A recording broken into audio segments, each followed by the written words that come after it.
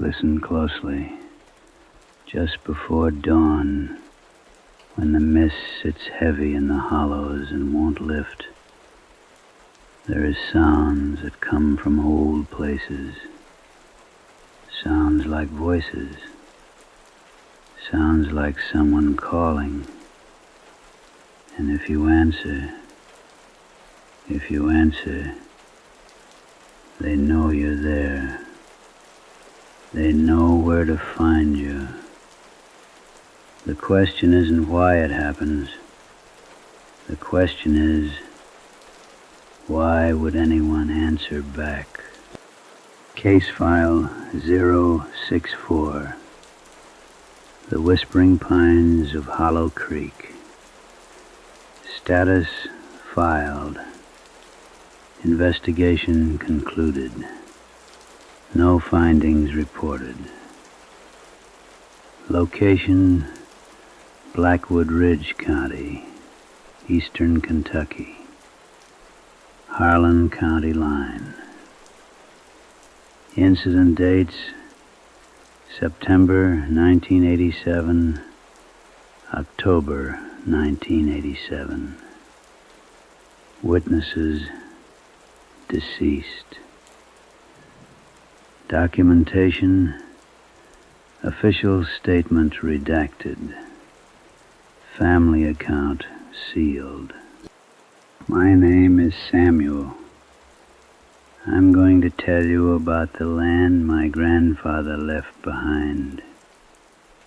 Not the deed, not the mineral rights, but the land itself and what lives in the breathing spaces between the trees.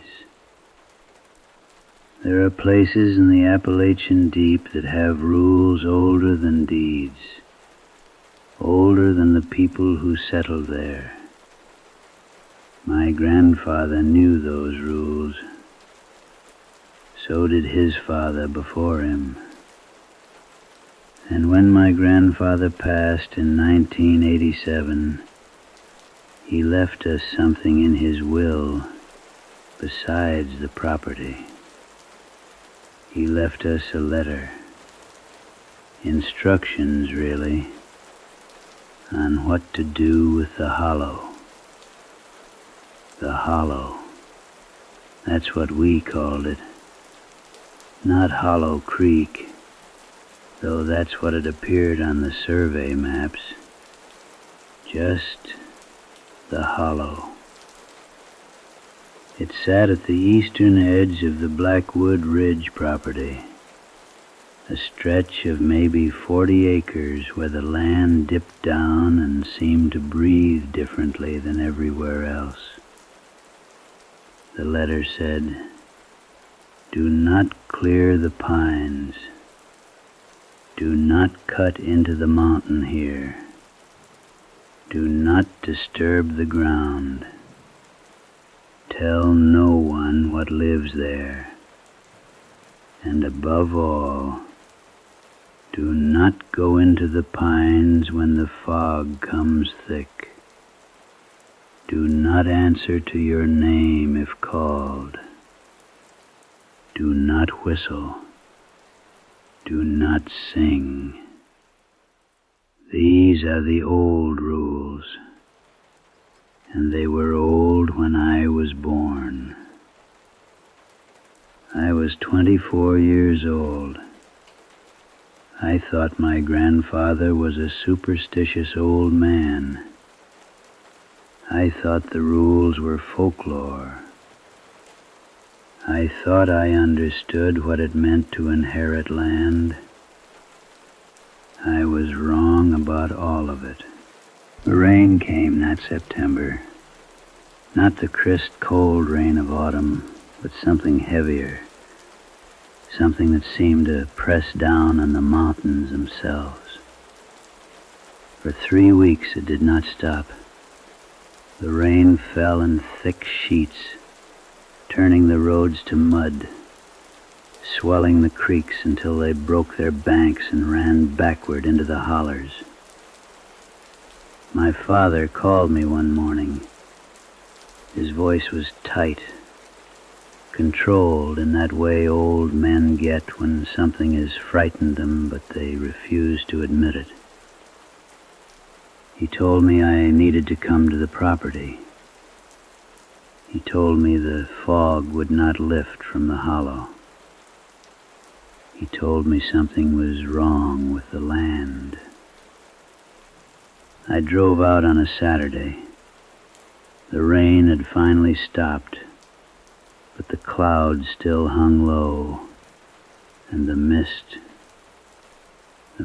was unlike anything I'd ever seen. It didn't float above the ground the way fog usually does. It clung to the earth.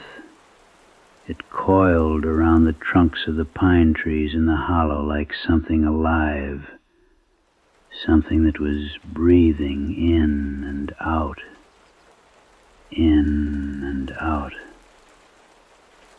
My father was standing at the edge of his property, smoking a cigarette, looking out at the hollow. He'd aged 10 years in the 2 months since the rains began. His face was gray. "Listen," he said. He didn't look at me. He just pointed toward the pines and said, "Listen to what the wind is doing." I listened. At first I heard only wind, but then I heard something else. Not quite voices, not quite the sound of the trees.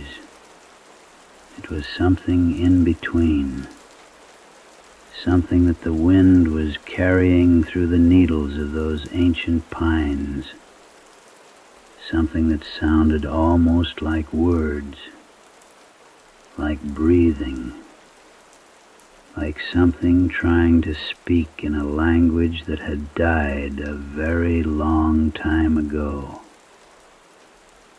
That started 3 days after the rain got heavy, my father said. It comes and goes, but it's always there now, all day, all night. And last night, he trailed off. He lit another cigarette. His hands were shaking. Last night, he continued slowly, I heard my name, clear as anyone calling across a room. I heard my name, and it was coming from inside the pines. It sounded like the voice of someone I used to know, someone who died when I was a boy. I told him it was the wind. I told him it was the way sound travels in fog, how it can play tricks on you. I said all the things a young man with a college education says to comfort himself in an old man. But I was lying, and he knew it. And somewhere, deep in the part of me that understood the rules my grandfather had written, I knew it too. I stayed at the house for a week. I told myself I was helping. I was checking the property lines. I was making sure nothing had shifted with the heavy rains. This was all responsible adult behavior, the kind of thing you do when you inherit land in the mountains. But really, I was listening. Every evening, when the fog crept back in, I stood at the edge of the hollow and I listened to what the wind was doing. And each night, it sounded less like random noise and more like speech. Not English, never English, but something structured, something intentional, the sound of lungs breathing in and out, the sound of mouths opening. On the third night, I heard my grandfather's voice. It was calling my name, my full name, Samuel Michael Ashford, the way he used to call me when I was a child and he wanted me to come inside for supper. Warm and familiar and impossible, because my grandfather had been dead for 4 months. My father was inside the house. He heard it too. He came out onto the porch and his face was white and he said, "Do not answer. Samuel, do not answer to that voice. Do you understand me? The rule is absolute." I understood.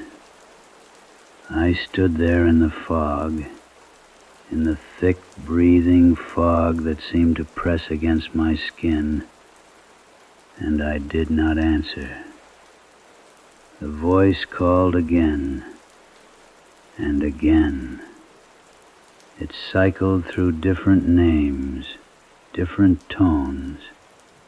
It used voices I recognized and voices that sounded only half human. It tried to draw me in by appealing to things I loved, people I'd lost, and I did not answer. But the thing in the pines, whatever it was, it became more insistent after that. It learned. On the fourth night, it began to mimic me. It began to use my own voice, my own inflections, my own way of speaking. It called out to my father, pretending to be me, asking him to come into the hollow, saying I was lost, I needed help, I was afraid. My father went to the gun cabinet. He loaded a rifle with old shells, cartridges so ancient they predated my own birth. He sat in the kitchen with the lights off, and he watched the hollow through the back window. He told me that my grandfather used to do the same thing. Sit watch. Stay awake through the nights when the fog came thick. "What is it?" I whispered.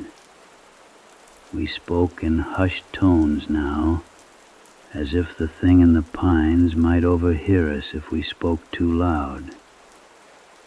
"What's in there? What lives in those trees?" My father took a long time to answer.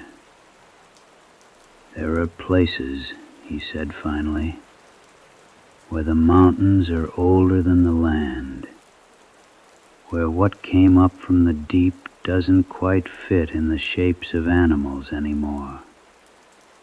The pines there, they've been growing for longer than we have records for, longer than the Cherokee had records for, and something has made a home in them. Not made a home exactly, more like it lives in the space between what the trees are and what the fog makes them into." "That's not an answer," I said. "No," my father agreed, "but it's the only one I have." On the fifth night, it stopped calling. The fog remained. The heavy breathing mist continued to coil through the pines and wrap itself around the trunks of those ancient trees. But the voices ceased, the attempts to mimic us, the calling of names.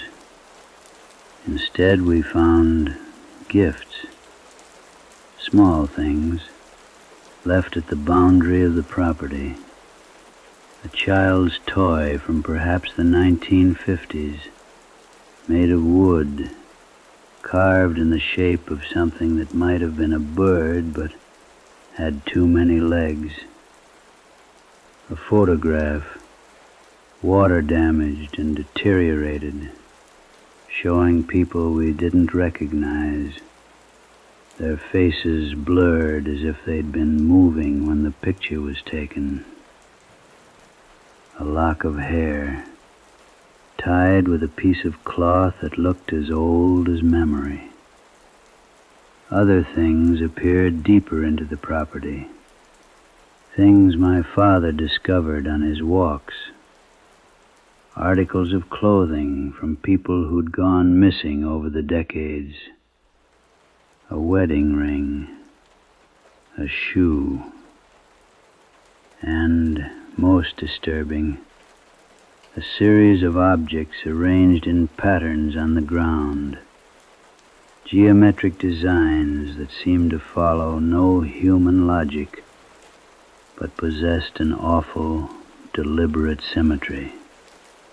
"It's showing us that it understands," my father said, "that it's been watching, that it knows what we are and how we think and what we value."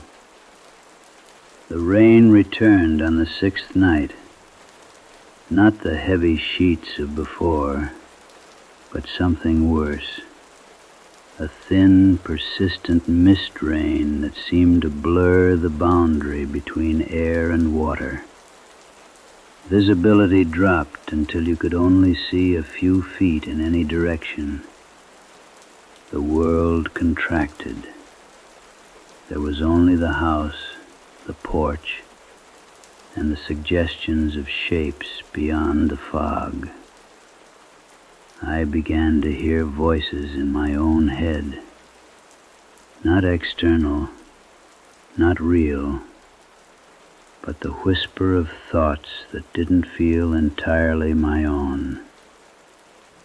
I would be sitting in silence, and I would hear recommendations, suggestions, the quiet voice of something that sounded like concern, like care, asking me why I was still resisting, why I wouldn't come into the pines where it could show me what it had learned, where I could see the things it had been collecting, the people it had been gathering. My father watched me carefully during these times. He would touch my arm, ground me back to the present moment. "Stay with me," he would say. "Stay here, in this room, with the lights on." On the 8th night, something changed. The fog suddenly cleared. Not gradually. It simply lifted, pulled upward as if by invisible hands, and the stars were visible again. The pines stood revealed in the moonlight, and I could see that something was profoundly wrong with their shape. They were too tall, or perhaps they hadn't been too tall before, and the fog had revealed what they were becoming. Their trunks seemed to twist in ways that trunks shouldn't twist. The branches at their crowns didn't reach upward the way tree branches do. They bent inward, toward each other, as if the trees were leaning in to whisper secrets. "Don't look at them too long," my father said quietly. He was standing beside me on the porch. "Don't try to see them too clearly. Your eyes will find patterns in them that your mind will struggle to interpret, patterns that weren't meant for us." We went inside. We locked the doors. We drew the curtains. And we waited. My father confessed something that night. He told me that my grandfather hadn't simply inherited the land. The land was a curse, a debt, a responsibility that had passed down through the men of our family for at least 5 generations, perhaps more. A long time ago, he didn't know exactly when, something had made a bargain with one of our ancestors.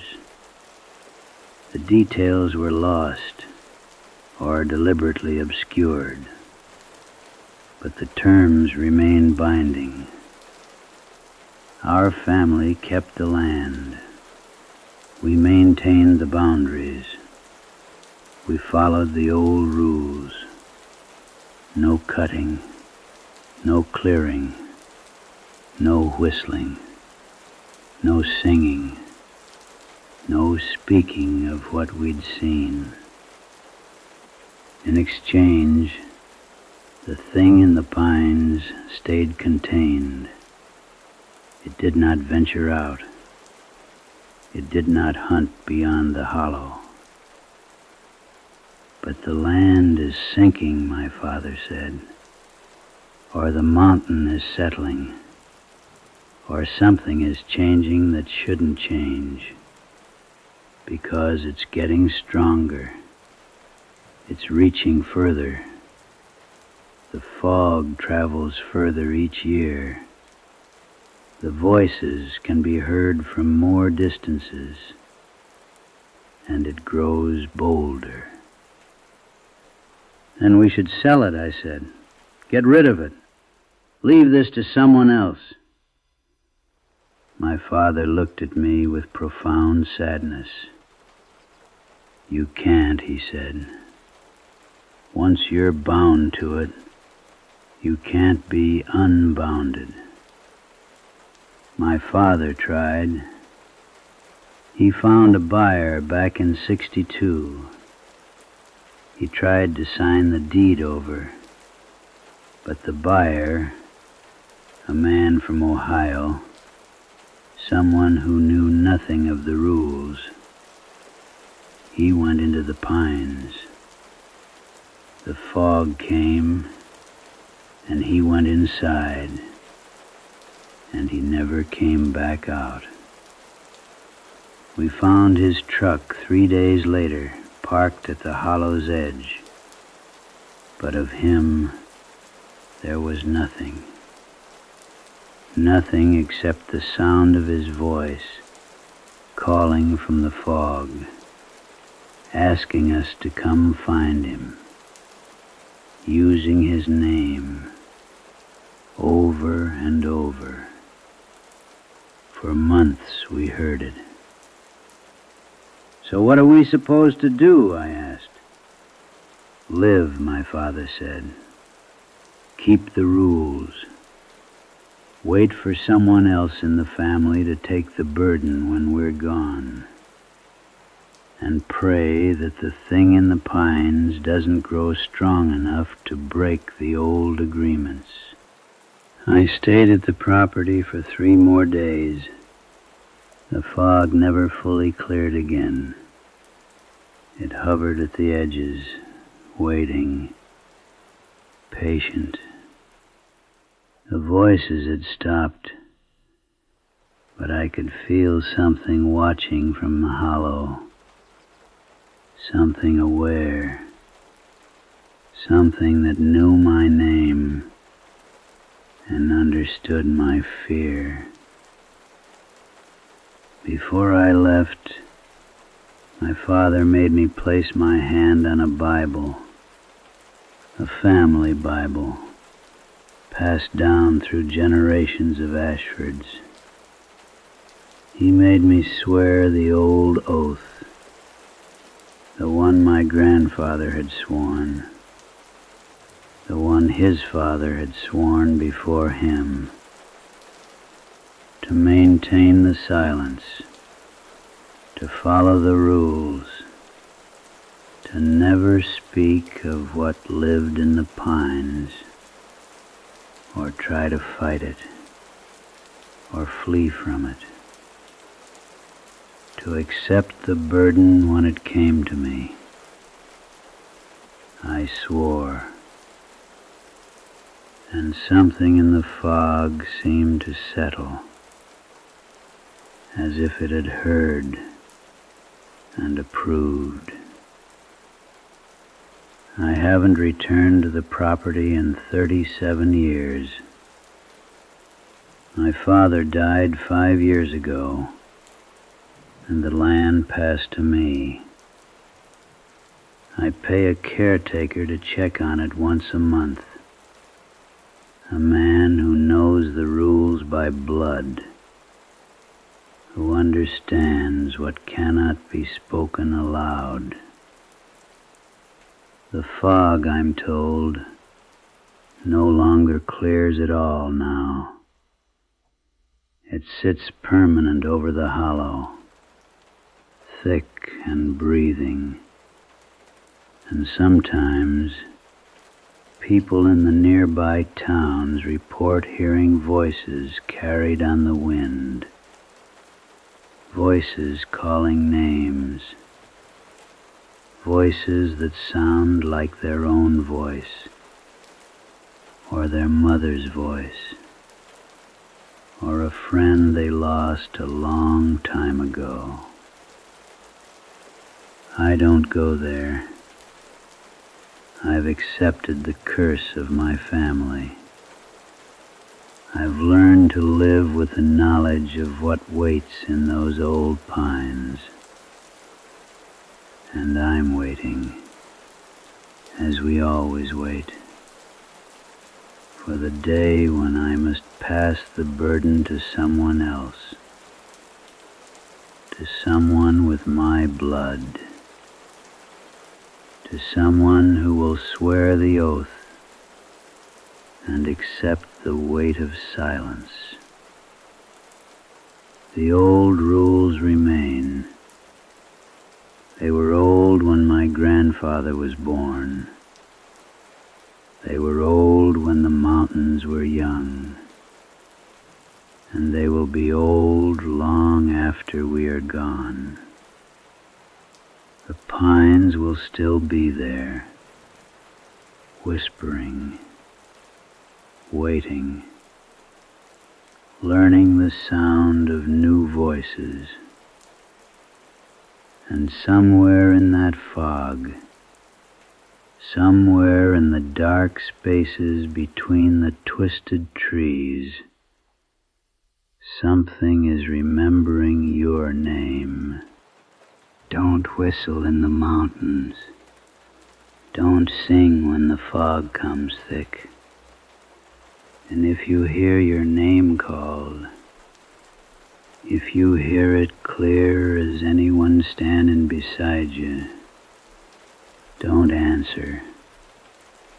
Sleep well.